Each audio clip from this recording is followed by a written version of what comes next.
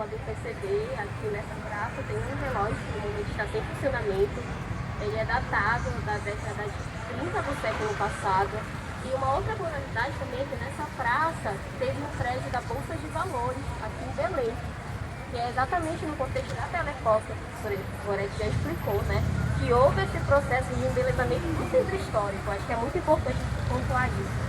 Porque ao mesmo tempo que houve esse processo de alargamento das ruas, enfim, a questão das árvores, né? Mas a gente viu também que a população pobre, ela foi, de certa forma, expulsa para as baixadas.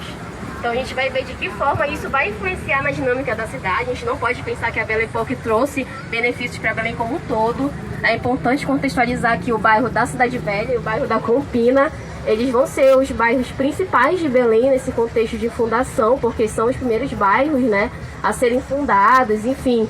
Vai ter uma grande gama de patrimônios históricos por aqui. E a intenção do relógio seria exatamente também demarcar essa questão da dinâmica do trabalho, né? Quando o relógio marcava as horas, badalava, enfim. Então esse relógio ele tem também origem inglesa, como já foi dito outras vezes, a gente vai ver muitas marcas europeias aqui em Belém. E isso se dá exatamente no processo de construção do espaço social, né? Que é demarcar no território essas origens diversas. E vai sendo construída uma memória também oficial, de certa forma, né?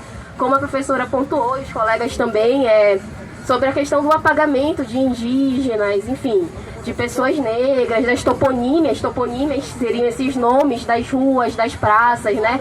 Isso vai acontecer também nesse processo colonizatório, né? A gente vai ver a colonialidade marcada aí como nessa criação da memória oficial, como de quem foi importante para o nosso país, né?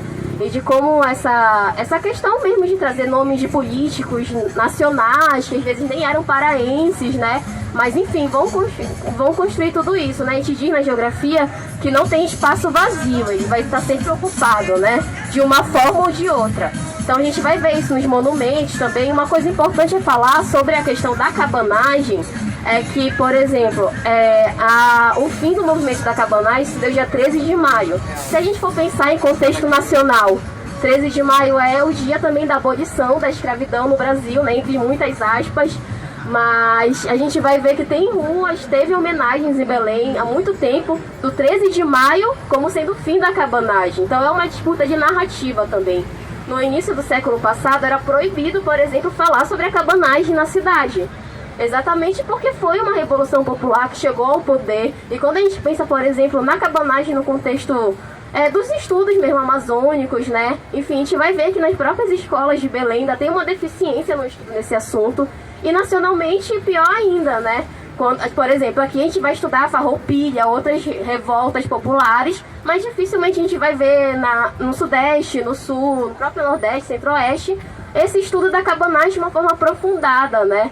Então é bem importante destacar também isso e fazer uma outra pontuação aqui sobre os museus que foram destacados pelo Jonathan. Eles ficam abertos até 5 horas, funciona amanhã também, só não funciona na segunda, de 9 às 5. A entrada é R$3 e tem meia também, fica R$1,50, então a gente recomenda muito. Aqui nessa rua que a gente veio tem o Museu do Círio também, né? Acho que vocês já ouviram falar do Círio de Nazaré, que é uma das maiores, se não a maior procissão católica do mundo, né? E que aqui em Belém ela vai ter uma questão mesmo de uma identidade para além do catolicismo, né? O Círio já é um patrimônio mesmo mundial, enfim, da população paraense, né? Não somente daqueles que são católicos, né? Eu, por exemplo, não tenho uma religião, mas eu adoro o Círio porque é o momento que a gente fica com a nossa família, enfim. Para se planejar para vir pro Círio tem que ser uns 2 anos antes.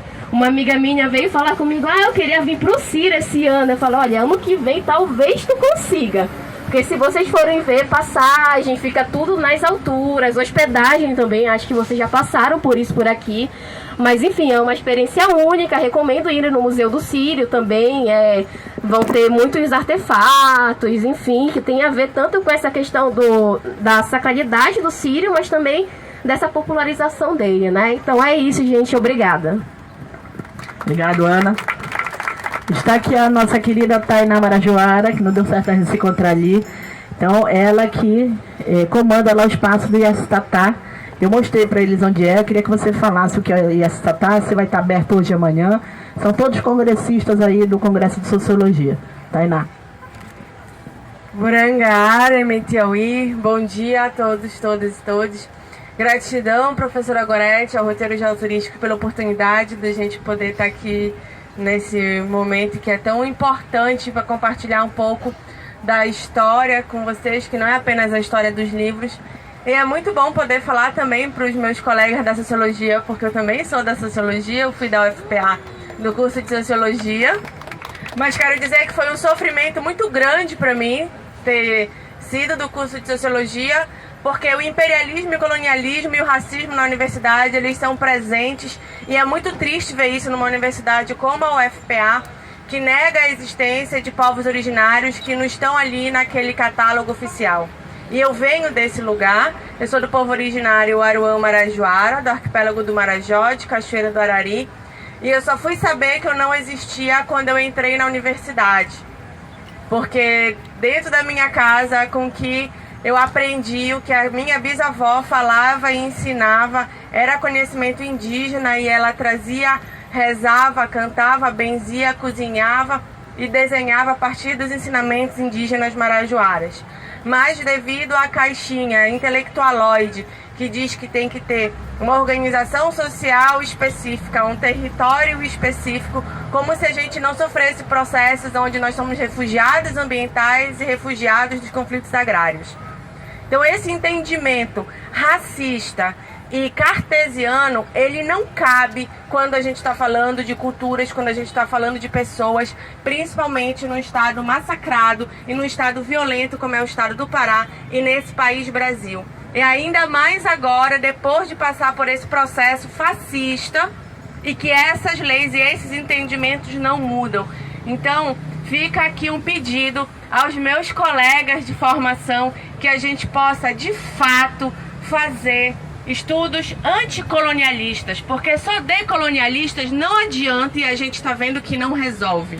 A gente precisa ser anticolonialista e contracolonialista. Entender outros processos de aprendizagem, como as aprendizagens radicais, quando chegam os nossos conhecimentos por sonho, quando chegam os nossos conhecimentos que são feitos de outras formas, fora das entidades e dos métodos não formais. Isso também é conhecimento. A gente não precisa ter 2 anos, 3 anos, 5 anos de mestrado, 5 anos de doutorado, não sei quantos anos de pesquisa, para que o nosso conhecimento ele não tenha validade. Então a gente precisa quebrar com essas caixinhas, precisa romper com esses paradigmas e esses entendimentos. A gente só consegue avançar quando a gente entende que espaços como esses, que nos negam a nossa história, e que para o turista chegar e visitar, ele vai encontrar um arremedo de história europeia. E aí, cadê a nossa história? Aonde estamos nós, indígenas, negros, mestiços, caboclos, paraenses, parauaras, periferias, cada vez mais empurrados para longe para que a gente não seja visto. E o ISTATAI, ele chega por fruto de toda uma luta como essa. Só que a partir do conceito de cultura alimentar, porque até 2013 a comida não era reconhecida como cultura no Brasil. Parece um absurdo, né? Mas não era. Cultura alimentar não existia enquanto expressão cultural brasileira. A comida ela só era considerada uma prática cultural a partir do momento que ela estava inserida em uma manifestação cultural, como por exemplo a maniçoba dentro do Círio de Nazaré. Fora do Círio de Nazaré, ela era um preparo cotidiano de alguém que faz uma comida, como se isso não fizesse parte da nossa cultura. Então, destituir o nosso alimento dessa dimensão simbólica e identitária fez com que a gente entendesse que as lutas anticolonialistas elas eram urgentes, até mesmo porque quando diz que gastronomia é sinônimo de cultura, tudo aquilo que se come vira cultural. E não é isso, porque senão quando o Girafas faz lá a gastronomia brasileira, que ele usa no slogan, o Girafas faz cultura tão quanto um povo originário. E tudo aquilo que se come, ele é um produto gastronômico. Qualquer espaço que se cozinha, ele vai ser um espaço gastronômico. Então, como é que a gente diz que um fast food, ele é a mesma coisa do que um forno de farinha? E é a partir dessa distinção que não veio da universidade, mas veio a partir da recolha de narrativas com os nossos antigos e antigas marajoaras, que foi colocado no espaço público. Então é um conhecimento orgânico, como diria mestre Nego Bispo, que sai das nossas lutas comunitárias e ela vem para o espaço público para garantir direitos. E a gente sai daqui de Cachoeira do Arari, no Marajó, para a Conferência Estadual de Cultura do Pará. Daqui a gente vai para a Conferência Nacional de Cultura, reúne com mais de 2.500 lideranças e aprovou a moção 094, que é aquela que reconhece a cultura alimentar como uma expressão cultural brasileira. E a partir daí a gente estabelece um marco histórico para a alimentação e garantia de direito no mundo, onde isso é mencionado na FAO, é mencionado na Unesco, é mencionado em vários outros processos de garantia de direitos e também de enfrentamentos à indústria de alimentos e às corporações e aos fundos de pensão, que são os maiores investimentos em indústrias como, por exemplo, a de agrotóxico.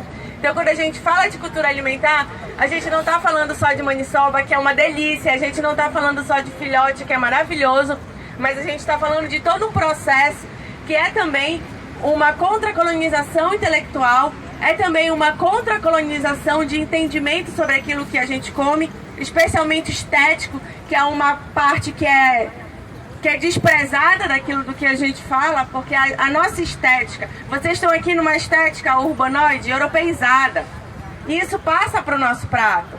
Passa quando diz assim, esse aqui é um prato que teve uma releitura, ele não está mais dentro da cuia, ele está lá, são 4 pedacinhos, um prato branco desse tamanho com um pouquinho de comida no meio, quando que para nós que viemos da floresta, a nossa estética é a cuia, é a folha da banana, é o arumã, é a arupema, é a nossa cuia cheia, a nossa felicidade é ver a fartura, é celebrar a abundância e oferecer isso para todo mundo.